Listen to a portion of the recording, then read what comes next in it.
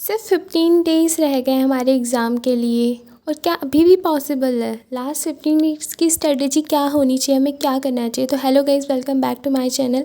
तो आज है डे 9 ऑफ सीयूटी प्रिपरेशन और हमारे एग्ज़ाम में लास्ट टू लास्ट हम जितना भी मान लें 15 डेज़ रह गए हैं एग्ज़ाम के लिए। और आई नो अभी तक बहुत लोगों ने स्टार्ट नहीं किया होगा, कुछ लोगों ने कर दिया होगा, बहुत लोगों का हो भी गया होगा, तो बहुत लोग मीडियम में होंगे। तो ऐसे बहुत सारी चीज़ें चल रही हैं।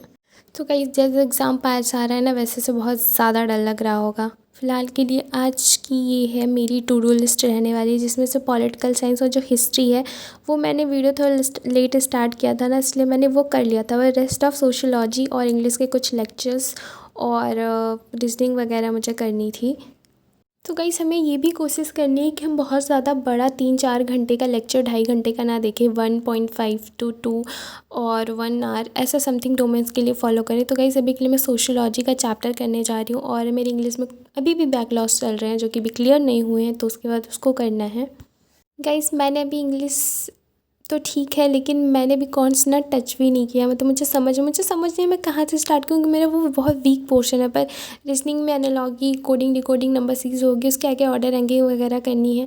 जितना कर रही हूँ ना उतना मैं भूलती जा रही हूँ। जितना मैं पढ़ ले रही हूँ सब में मैं भूल जा रही हूँ। इतना ज़्यादा डर लग रहा है सच में। सो गाइस अगर लास्ट 15 डेज़ की स्ट्रैटेजी की बात करें तो ऐसी कोई स्ट्रैटेजी नहीं होती है कि हमें हमारा ड्रीम कॉलेज मिल ही जाएगा, क्योंकि हमने लेट स्टार्ट किया ना। अगर हम इतने सीरियस होते तो नहीं करते लेट स्टार्ट। बट या मैंने भी अभी थोड़े दिन पहले स्टार्ट किया। बट इन सारी चीज़ों को भूल के हमें इस पे ध्यान देना कि ठीक है, जो भी स्ट्रैटेजी है सच में स्मार्ट वे तो होता ही है उस चीज़ों को करने का, मतलब वहाँ तक पहुँचने का। देखो अब जो हो गया सो हो गया, तो एटलीस्ट जो टाइम बचा उसमें हम उसको यूटिलाइज़ करके और थोड़ी मेहनत कर लें। तो गाइज़ देखो, अब हम इन लास्ट 15 डेज़ में ये डिसाइड नहीं कर सकते कि हम जाके सीधा सीयूटी क्रैक ही कर देंगे, क्योंकि CUT is not like an 12th based exam. देखो मॉडरेट लेवल आता है, वो एनटीए है, बट ये है कि कोई बहुत टफ भी नहीं है, हम कर सकते हैं। पर हमारा लास्ट 15 डेज़ बताता है हम कहाँ स्टैंड करेंगे ना। तो देखो अब कुछ ना करने से बेटर है सारी चीज़ों को अच्छे एंड स्ट्रैटेजिक वे में कवर करना। तो अगर हम किसी भी डोमेन, हर एक स्ट्रीम के, मैं भी ये स्ट्रैटेजी फॉलो कर रही हूँ, किसी भी स्ट्रीम के सब्जेक्ट की बात करें, जस्ट लाइक उसमें 10 चैप्टर है, तो आपको ये देखना है 6-7 हाईली वेटेड कौन से चैप्टर हैं, जिसमें से 7 क्वेश्चन, 8 क्वेश्चन, 5 क्वेश्चन ऐसे। और आपको पता है 5 क्वेश्चन मतलब 30-35 नंबर मतलब गेन करना, ठीक है।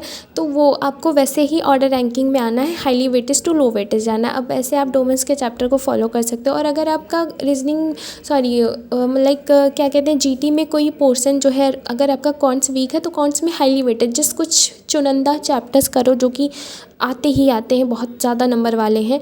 और बाकी जो करना है आपको पता है सारे, तो आपको मार्क्स दिलाने वाले हैं, उसको आप छोड़ नहीं सकते। और जो किसी भी, मतलब मैं यहाँ पे कुछ इमेज अटैच करी हूँ, आप इनमें से किसी भी के वन शॉट देख सकते हो। मैं अभी के लिए डियर सर को फॉलो कर रही हूँ, उनके आप किसी भी टॉपिक के वन शॉट देखो, फिर उस पर क्वेश्चन लगाओ। और मोस्ट इंपॉर्टेंटली गाइस, आप डी यू बडी से, अगर देखो आपको पीवाईक्यू नहीं मिल रहा तो डी यू बडी फॉलो कर सकते हो। तो ये सब स्ट्रेटजीज हैं guys. Repeated topics, most repeated questions और सारे पीवाईक्यूज हर सब्जेक्ट के मिल जाते हैं। और पीवाईक्यू लगाना बहुत इंपॉर्टेंट है। मैं यहाँ पे सोशियोलॉजी का चैप्टर करने लगी थी एंड इसके बाद में मेरे पास इसकी गोटो की बुक है, तो मैं इस पर पीवाईक्यू वगैरह लगा लूँगी। तो ऐसे कर सकते हो आप, कोई चैप्टर पढ़ो उस पर पीवाईक्यू लगाओ, तो ऐसे समझ में आता है।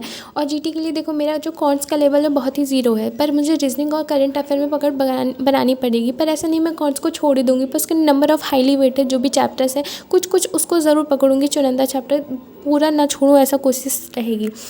और तो गाइस ये सब कर सकते हैं। नाउ अब मेरे इंग्लिश के कुछ लेक्चर्स रह गए थे, क्योंकि ऑफ कोर्स उसमें बहुत टाइम से बैकलॉग्स चल रहा है जो कंप्लीट नहीं हो पा रहे। फिर फ़िलहाल के लिए मैंने 2 लेक्चर्स कर लिए थे, फर्स्ट हो गए थे, ये सेकंड हो रहा था। और अभी 2-3 एटलीस्ट 3 से 4 लेक्चर्स रह जा रहे हैं, एटलीस्ट 3 लेक्चर हैं अभी। तो guys this is day 9 of my CUT preparation, जहाँ मोर ओवर मैंने यही स्ट्रेटजी ही बताई है। और आज मैं कुछ ज़्यादा रिकॉर्ड नहीं कर पाई थी, स्ट्रेटजी ही बता रही थी ज़्यादा। और क्या कहते हैं, कुछ चीज़ें हुई हैं गाइस, कुछ चीज़ें अभी बाकी हैं। तो guys this is done for today. तो डे 9 सक्सेसफुली कंप्लीट हो चुका है। मिलते हैं आपसे नेक्स्ट ब्लॉग में विथ डे 10 के साथ। एंड हम मार्क कर देते हैं यहाँ पे। आज मैं पेन का जो कलर है वो चेंज कर दे रही हूँ। तो डे 9 हो गया। अब दूसरी लाइन यहाँ से स्टार्ट होगी। तो गाइस अभी बहुत ज़्यादा प्रोकास्टिनेशन आएगा, कंसिस्टेंसी नहीं बैठेगी, बहुत ज़्यादा डर लगे, पर डरो मत। और मेरे को भी डर लगा सबसे ज़्यादा, तो जीडी के लिए लग रहा है, कुछ भी तैयार नहीं ऐसा फील हो रहा है, पर ठीक है, रिलैक्स गाइस, सब हो जाएगा। बस प्रिपरेशन करो, अच्छे से करो, मेहनत करो तब कुछ होगा। मिलते हैं आपसे नेक्स्ट ब्लॉग में। Till take care, bye bye, Radhe Radhe.